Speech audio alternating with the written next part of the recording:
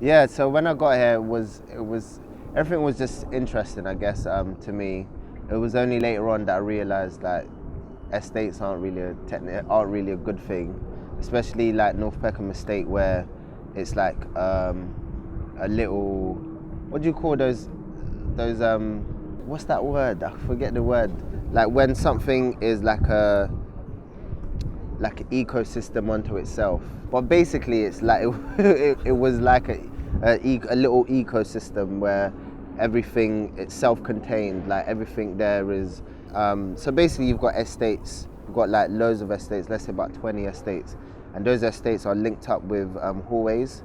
So they're all linked. And then on those estates, you've got shops. You've got like laundrette. You've got your normal corner shop. You've got everything that you need, so you never need to get off the block, which I don't know whose idea that was, but it's just a way of keeping people caged in, you know. And it was only later on as I grew up that you realize that this place is self-governing. Police can't do anything in this area, and then you sort of realize the older you get, the more serious and the more dangerous the area is. So 6 weeks is a collective that comprises of various artistic disciplines. So we've got poets, obviously, rappers, singers, illustrators, graphic designers. We have one interior designer, and photographers, videographers, just anyone who has some sort of creative inclination just joins. And basically what we do, we just come together and we support each other in projects, in just generally life. It's just a place where you can just vibe with people. You don't have to necessarily be doing something. If you just want to be around creative people. But ultimately, as a group, we always encourage each other to be doing something, be doing a project, whether it's collectively or individually. We help to promote each other's work. So 6 weeks always tries to promote somebody else's work, somebody else's event. And then every summer we come together and we have one show, which is like an amalgamation of everyone's talent, everyone's creative outlet. Yeah. For me, what it means to be Black British is a combination of being Nigerian because it's Nigeria, and Nigeria is a place that focuses heavily on tribalism.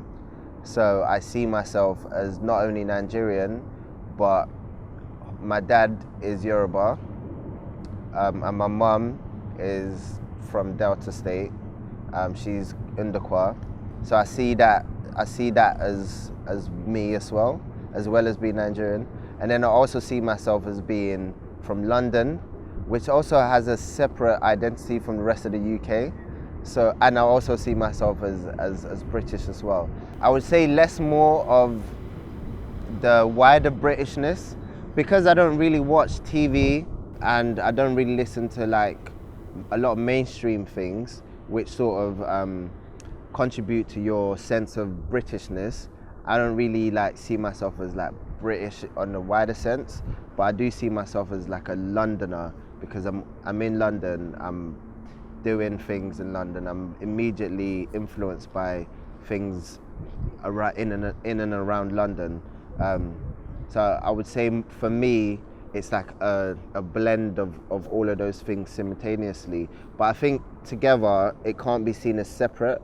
So I can never separately just see myself as Nigerian or a Londoner or something. I'm all those things like made into one. My friend has this like interesting equation. She says that if x plus y equals to z, then z has to be seen as its own entity.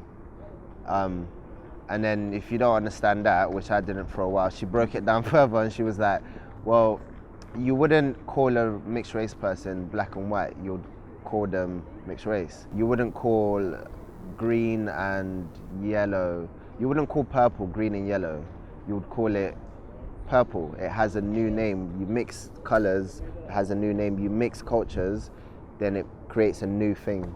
So that's how I would see it. Simultaneously, all those things at the same time. Yeah. So heartbreak and grime is going to be an interesting conversation about interactions, about relationships and interactions between two people. How did it reflect or influence the way that young people within that culture interacted or approached the relationships in terms of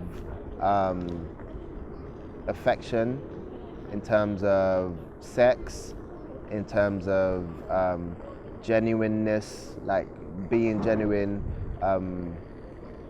in terms of honesty, in terms of heartbreak, dealing with breaking up. Just what did young people feel was acceptable? What did they feel was the protocols in how they interacted with each other? And I want to look at things such as how they would meet each other. So I know a lot of boys and girls might get chirped by boys on roads or in a shopping centre or through MSN or something. Do you know what I mean? What was the protocols? How did you do it? How did you feel that you had to do it? What did you think your role as the boy was? What did you think the role was as the girl was? What did you expect from the other person? How did you expect to get treated? Was it normal to get spoken to in a certain way? How would you have felt if they spoke to you in a way other than you expected?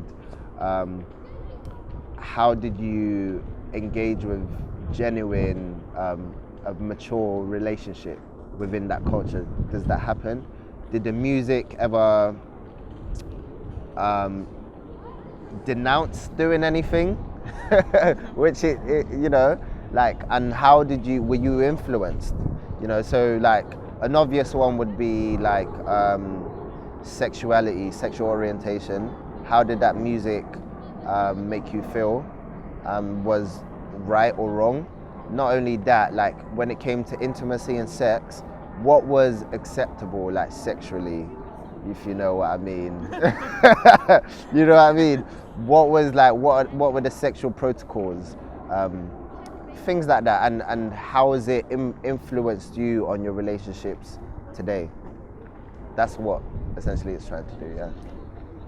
The future of black culture. Okay, I see it with so much hope, because you have to have hope for these things, otherwise what's the point doing it? I see it as something that could really have a validated place within historical archives or the historical canon of Britishness. I really think that the more we can, or the longer people stay in this country, longer black people are doing stuff in this country or just doing stuff in the world, the more we will be black culture will be recognized as wholesomely as white British culture. I say that with optimism, knowing that that is not always the case, because this machine that is called whiteness is very powerful, and we've seen that. Speaking as a teacher, I see that there is a very clinical and systematical way of removing unwanted cultures, unwanted people from the historical archives of this country. So when I think about teaching, when I look at what I am teaching, it's usually white. Like everything I'm teaching is to perpetuate the fact that white people have been around forever and black people are just a concept that happened during slavery. And that's especially true when we look at Victorian ages, Elizabethan ages, Jacobean ages, or even further back. Nobody ever talks about the black people that were in London or in England. Everyone just expects that no black person ever came to England during Shakespeare's time, during anything. And there's actual proof that black people have been around and have been doing things for forever, you know.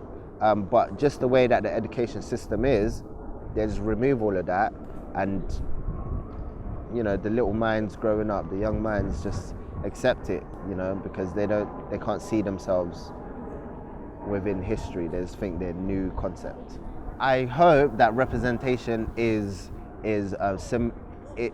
prevalent, and it is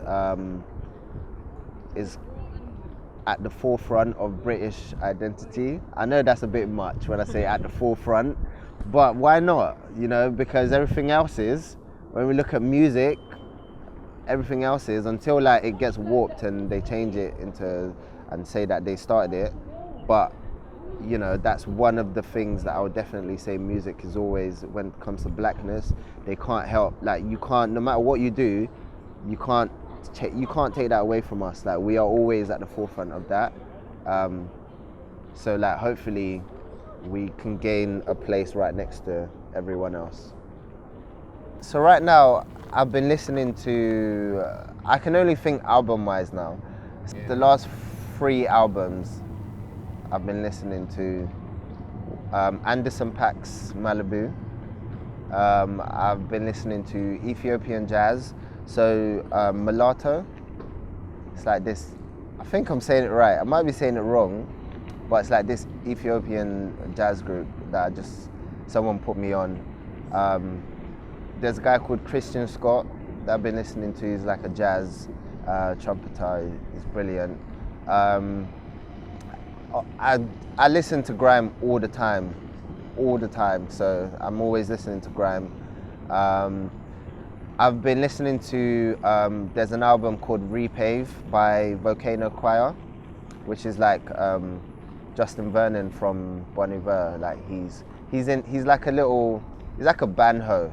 He's in like 7 bands like at the same time, and he just hops from one to the other. So yeah, I want to say those are like the few musics. After this, I'm just gonna be like, oh, I should have said this. But yeah, I'd say yeah. Great. Yeah. That's it, man. All right.